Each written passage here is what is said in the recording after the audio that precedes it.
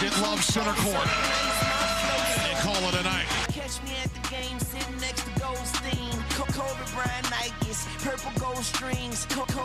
Okay, welcome to the show. We are today. Evan Cohen with you. Good morning, everybody. How are we doing today? Not as good as Bam Adebayo is doing. Not as good as you're doing or Miami Heat fans are doing this morning. What an unbelievable and historic performance from Bam. We have so much to talk about with this. I think my favorite stat emerging from this performance is that Bam's career high before last night, 41, and he passed it by halftime. That's right. On the way to an 83-point performance. Just a spectacular night for him. I was just glad that the Miami Heat had the wherewithal to keep fouling when they were up 25 to make sure that he was able to get to the 83. Oh, you're not going to be that person. I'm sorry. I was, like everybody else, was waiting for NBA TV to tune into this Wizards and Heat game that I had just been circling on my calendar for weeks to make sure that I could witness this level of greatness. But no, I mean, all jokes aside, it's incredible. You don't see feats like this that often in professional sports where scoring milestones topple down like that. We played 2-4 by Lil Wayne coming in, obviously an ode to Kobe Bryant, the last second leading scorer in the NBA before now Bam Adebayo. And I remember that game when Kobe hit 81 years ago, and it kind of, you have those flashbacks to where was I watching that? How old was I? What were the circumstances? Who were they playing? And now you have that new memory to not necessarily replace that one, but now it's the next one that will go into the mental Rolodex. So I thought it was awesome. I can't even begin to tell you as a Heat fan how insanely surprising this is. Let's put something in perspective here. Smalls mentioned that 41-point game. I want to say that was against the Nets a few years ago. I remember he played really well in that game, and it really bothered me that he didn't play like that after that. Anyway, so if I were to tell you going into this game, and I am a diehard Miami Heat fan, I was watching this game, literally, I was texting with people on the broadcast before the game because of all the guys out. Norm Powell, all-star, out. Andrew Wiggins, who's been an all-star, out. Tyler Hero, all-star, out. Khalil Ware, first-round pick, out. Their entire 4/5 of their best-case scenario starting lineup out for this game. And this is a stinky team in Washington that's tanking. And you're looking at it and you're like, all right, how are they going to navigate their way through a victory? But if I would have said to you before the game, average everyday fan that doesn't watch the Miami Heat as obsessively like I do, they're going to have a 40-point score.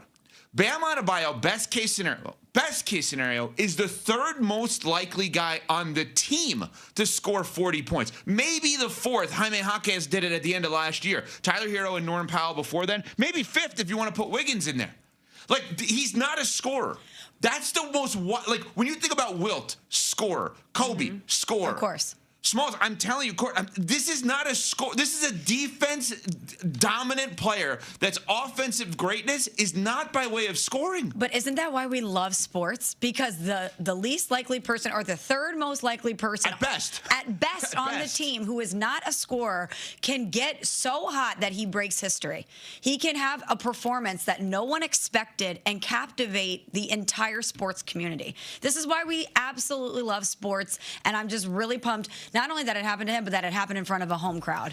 That was really special to witness. No, absolutely. I mean, if this happens on the road, it's still remarkable regardless. Like, we're breaking in. I was watching the World Baseball Classic, vacillating between the two, keeping up with the Max Crosby news. There's all this stuff going on, yet a regular season NBA game between one really bad team and another that's kind of rudderless right now, you get the notification about that, and you immediately, whether you're a fan or not, you have interest because you're watching history in real time. Think about how many other moments you've had as a sports fan where you get the update and you're like, okay, I mean, we do this in baseball all the time, no hitter, somebody's in the midst of pitching a complete game or what looks like that. But in basketball, it feels kind of rare that something like this isn't either already predetermined. Like, we know LeBron's going to break the scoring record tonight. Okay, all eyes are on that. Everybody's locked in. When it happens, he takes his moment, etc. This, like, there was no like indication that this was going to happen until it did. And that's the cool part, because it pulls you from what you're doing and what you're watching in real time and turns everybody into a fan that's on the same page at the same time for a very brief moment. But then to have the home crowd, which I know sometimes is the late arriving crowd in Miami, I'm just glad that they were there for the end of it to get to see 83. I thought that was spectacular. Yeah, I'll try to ignore some of the shots you just took there. But anyway. I don't know. And I'm sorry I'm coming in hot this morning on that, Evan. I really don't know what it's fine. You probably represent a lot of the audience this morning. I honestly feel like I am the every person who watched Bam being like, okay, that's nice. The Miami Heat fans have something good to cheer about, and that's fun. I'm sorry about that. But Court, let me go back to one thing you said. There was no kind of heads up on this, right? Mm-hmm. There was never a heads up on this. This is a guy that has been an Olympic gold medalist and a multi-time All-Star. He's not a Hall of Famer. That's not what I'm saying. But he is one of the great players in the league. Top 10? No. Does every star want to have him on their team? Yes. Because of all of the other non-scoring things he does. That is the craziest part about this, is that there was no indication ever. If Anthony Edwards last night in the game they lost to the Lakers, but if Anthony Edwards for the Timberwolves scored 83 points, we would say it was trending in that direction, right? It was trending in this monster kind of game. One of Ant's arrival moments. Brian Windhorst, the guy that Smalls will stop anything at any point that she is doing, including a skiing vacation to stop. Wait, what is Wendy saying? Very true. Said recently on NBA Today that Con Knippel, a rookie, for the Hornets, he could see scoring 70 points in a game. Like, that's not off the table. If Steph did this, everyone would believe this.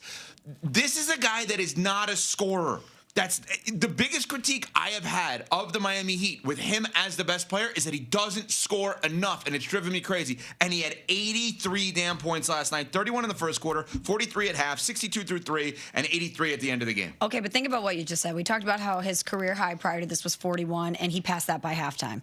Think about the composure required in the second half to know that you're this hot, that everything is falling for you, and that you're on this incredible pace, that you just blew past the best scoring performance that you've had in your career by halftime. I think a lot of people would be like, wow, okay, let's just in the second half make sure I do all the other things I'm excellent at. The fact that he was able to maintain his composure and maintain this hot performance, I think, is another remarkable part about this. The crowd's into it. Your teammates are into it. Your family is there. There's a lot of stuff at play, and the mental fortitude required to get to 83, I also don't think should be overlooked. And a lot of people I know are ripping it because the Heat were fouling late and the Wizards were double and triple teaming him. Here's the thing. He set NBA single game records for free throws made, 36, 43 free throw attempts, okay? He earned those free throws. He got beat up as the game went on because they were finally double and triple teaming him. And here's what Bam had to say about the opponent, because everybody's saying, oh, it's against the Wizards, tanking team, whatever it may be, with Scott Van Pelt on SportsCenter last night. I live in the district. The Wizards' defense is not their strength. So you go for 43. Like, at what point does the conversation start happening where you and Spo and your guys are like, let's see how high this number can go? When's that start happening? It started at halftime.